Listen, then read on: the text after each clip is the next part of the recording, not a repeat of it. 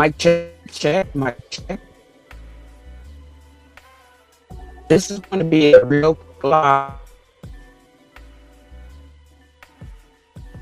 It's down, it's down, it means down. All right, mic check, mic check. This is unapologetically QI. It is going to be a very quick live. As we wait for the closing arguments today,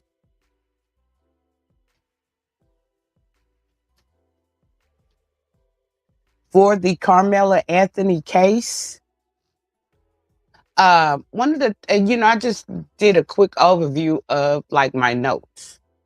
And one of the things that I noticed is that at the end of the day, it's the burden of the prosecution to prove the big M, right? And one of the things that I noticed is that the prosecution gave nothing in terms of evidence. Okay, because the first video was fuzzy. But the part with the actual incident, it was fuzzy. The only part they saw was, Karmelo running, right? The little spotlighted. Remember, they said spotlight. So the only part they spotlighted was the part where Karmelo was running, the end of the video. So that doesn't serve as good evidence because you can't see the actual incident, right? All right.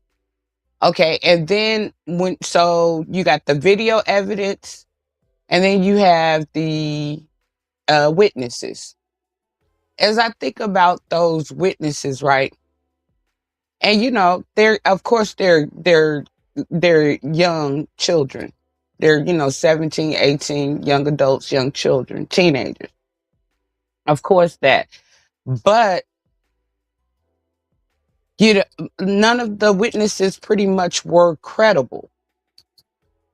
In fact, the majority of them were deemed incredible, caught lying. So, I look at this from the defense side and a defense standpoint. The defense really had nothing at all to work with. Because I'm looking at it like, could the defense have done a better job? Now, I think the defense did a great job with what they had. Because basically, the one thing that everybody keeps talking about is the knife. The knife was legal. It was a 3-inch blade. The police officer said it was legal. So the knife was legal. Every witness that got up there, pretty much, they might have said buzzwords like provoked. They might have said buzzwords like, different buzzwords. But when you listen to the stories or the accounts says something different, because all of them pretty much said that, Austin got up. He was like two bleachers down or whatever. And he was standing over Karmelo. He was standing over Karmelo. And Karmelo never gotten up. He never got up. And even with, like everybody's talking about the excessive force. They said that, Austin plunged at him. And based on the coroner report, and the way she said the angle of the knife went in, and based on the fact that nobody's seen, like, because, if somebody's going to use it, like if somebody's going to stab somebody, you're going to see them, they got to put their hand up, out or something, but they got to, swing their hand back and you got to use force to bring your hand back up. You got like you throwing a punch. When you throw a punch, you just can't, you gotta pick up that bite or whatever. So, in that case, like most people are gonna, you're gonna swing your hand back and then forward, back and forward. And the simple fact that nobody's seen him actually do that, and he plunged towards him. And the angle that they said it happened, I really do believe that like he plunged into the knife. I believe that Carmelo Anthony had the knife out, and he basically plunged into the knife because he was sitting down, and Austin was standing up, which makes a lot of sense because they said it was in the center, like of his heart. And when you think about it, like when you think about it, you get your knife, you extract it, and you hold it out. You're holding it out in front of you, and somebody plunges towards you really hard, really hard. I think that's pretty much what happened. I don't think that because and that's why he didn't know that it was as bad as it was because they said it was a lot of pushing. So I think that the defense is going to walk it down, but this was definitely not what we want to call a fair trial because prosecution didn't prove the M word without a burden of proof. And it's which is it should work in Carmela Anthony's favor. However, with this group of people, we don't know. And the mere fact that the case was presented as sloppy as it was, and from the court and from everybody, it's weird. It is just very, very weird. But what we have to do is stay vigilant because, like I stated on yesterday, um, the Texas Penal Code, Section 9, basically tells us what self defense is. And it's Section 9, 3.1, and I mean 9.61 and 9.31.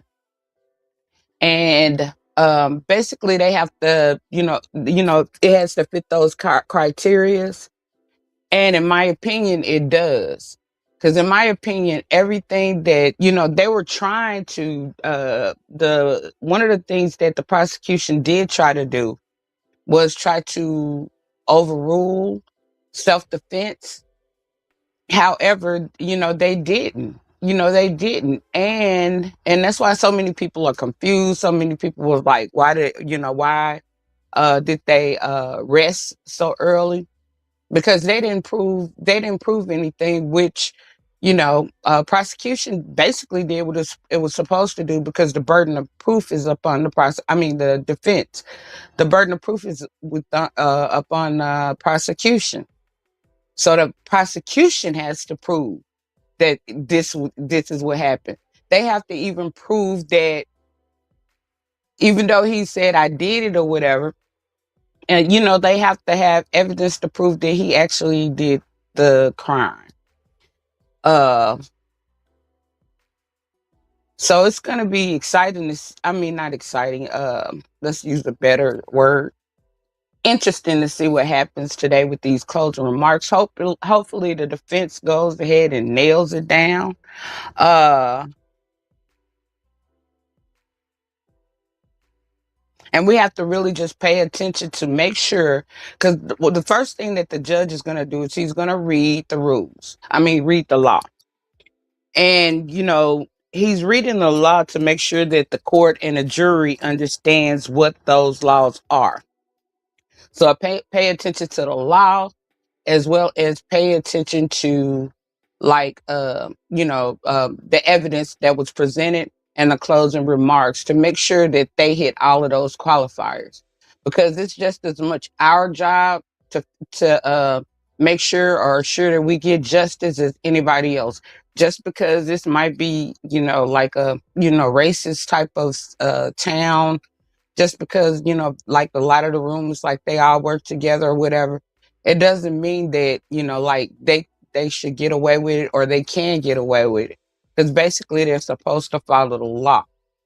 But we have to pay attention to make sure that like that think that they're charging him for the right things, and that it fits all the qualifiers, not just let them place something on him. And And of course, it could also always go for an appeal and get different judges and stuff. I mean, different judge and different jury. But I don't see why they didn't move this case in the first place. Because based on all of the stories that I've heard about, like what people are experiencing, what Black people are experiencing in that town and city and around the courthouse and things like that, this case should have definitely been moved. So, yeah, it ain't over to the fat lady sings. And even if we don't necessarily get what we want today, because what we want is to assure that Carmela Anthony gets justice, or even Austin, that Austin Metcalf and Carmela gets justice. And justice is truth, the truth. And justice is making sure that um, an innocent person an innocent person doesn't have to serve time and mess up their lives, as well as making sure that they don't overcharge, because it could come down to him getting some type of punishment. But as long as it's not, like they're not overly punishing him, then okay. So I just want y'all to stay vigilant. And it's Texas Penal Code Section 9. Those are the self-defense. And we're just gonna try to make sure that you know they're handling things appropriately as it comes down to deliberation and things, and that everything goes as follows, because it's our job to make sure our rights are observed.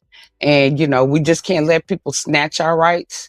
And we just have to make sure we get justice. So the most important thing is to make sure that Carmela Anthony gets the proper type of justice, as well as as well as Austin Metcalf. But, definitely because of the circumstances surrounded by this case, and the fact that they made this a race case, that Carmela Anthony gets proper justice. So that's pretty much all I wanted to say. I had that on my mind because, I'm preparing to stay on the lookout for information and updates about the trial. And I always like to refresh myself about what I've learned the previous day. And pretty much that's one of the things that I realized, that really, we really didn't learn anything when it came down to the prosecution. At the end of the day, they presented a poor case. They used buttwares. They were playing mind games. They were playing mind games and psychological games. Mind games, they played on emotions. But in terms of like actually proving with any evidence, like the videos were messed up, like none of the witnesses were credible. Stories were all over the place and different things. People were caught in a lie. Witnesses were caught in lies. The prosecution basically, gave nothing. So they put, so the defense really didn't have much to work with. So, thank you everyone who came through to listen. I appreciate your support. I'm gonna try to keep you updated. Salute to everybody in the chat. Smash that like, share, subscribe, and just keep checking. We're gonna keep checking, and justice. We're looking for justice. Peace.